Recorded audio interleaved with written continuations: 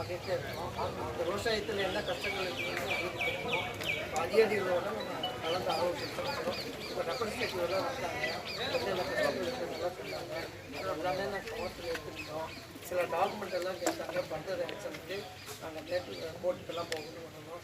எங்களுக்கு சில ஆவணங்கள் எல்லாம் கொடுக்கணும்னு கேட்டாங்க, அதையும் வழங்கணும்னு சொல்லியிருக்கோம். தண்ணி வந்து உங்களுக்கு 3ஆம் தேதி காலையில் வரணும்னு சொல்லி ஆல்ரெடி ஜீவோ போட்டாச்சு. 100% யாரும் தண்ணி வந்து 3ஆம் தேதி தண்ணி வந்துடும். அதை வந்து சார்ட்டு ரெக்வஸ்ட் பண்ணி 3ஆம் தேதினா நைட்டு 2ஆம் தேதி 12 மணிக்கு தண்ணி 3ஆம் தேதி ஆகிடுது. இன்னொரு 6 மணி நேரத்துக்கு முன்னாடி சார்ட்டு தண்ணி. அதுவும் இன்னும் கொஞ்சம் கூடுதலாக உங்களுக்கு மாற்றமாக அதெல்லாம் சார் தெளிவாக பேசிட்டாங்க. இன்றைக்கி வந்து நம்ம கலெக்டரும் எஸ்பி எல்லாம் வந்து மாவட்டத்துக்கு ஒரு தெரியும் முதல்வர் மாநாட்டு இருக்காங்க. எதுவாக இருந்தாலும் நாங்கள் வந்து திடீர்னு நானும் சாப்பிட முடியாது. உங்கள் கஷ்டங்கள் எல்லாம் நாங்கள் புரிஞ்சுக்கிட்டோம், தெளிவாக புரிஞ்சுக்கிட்டோம். தெளிவாக பார்த்துக்கிறோம். நாளைக்கு கலெக்டர் சார் வந்து நாளைக்கு வந்து அப்பாயின்மெண்ட் சார் வாங்கிக்கணும். நாளைக்கு சப்போஸ் நாளைக்கு முடியும்னா நாளைக்கு வாங்கிக்கணும். தண்ணி வந்து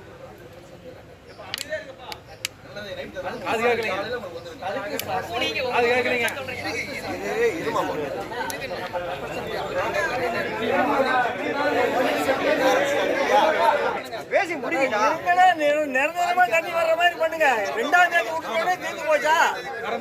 நிரந்தரமா தண்ணி வருங்க. 3ஆம் தேதி கிடந்தாலும் சரி நிரந்தரமா தண்ணி விடணும்.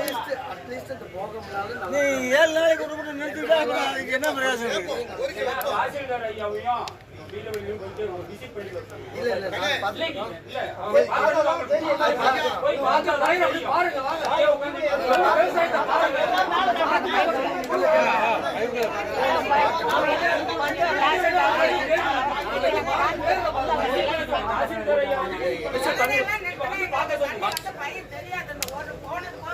நீங்க ஒரு 4 பேர் போடுவாங்க.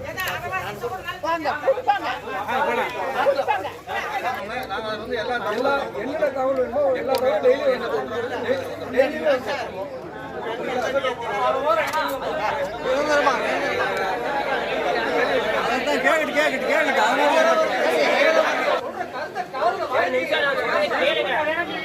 தயவு செஞ்சு நான் சொல்றது ஒரு நிமிஷம் கேளுங்க.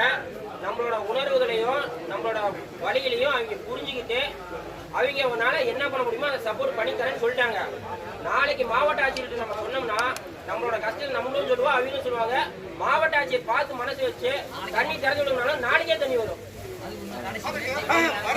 நிரந்தரமாக வர வேண்டும். சொல்றீங்க நாளைக்கு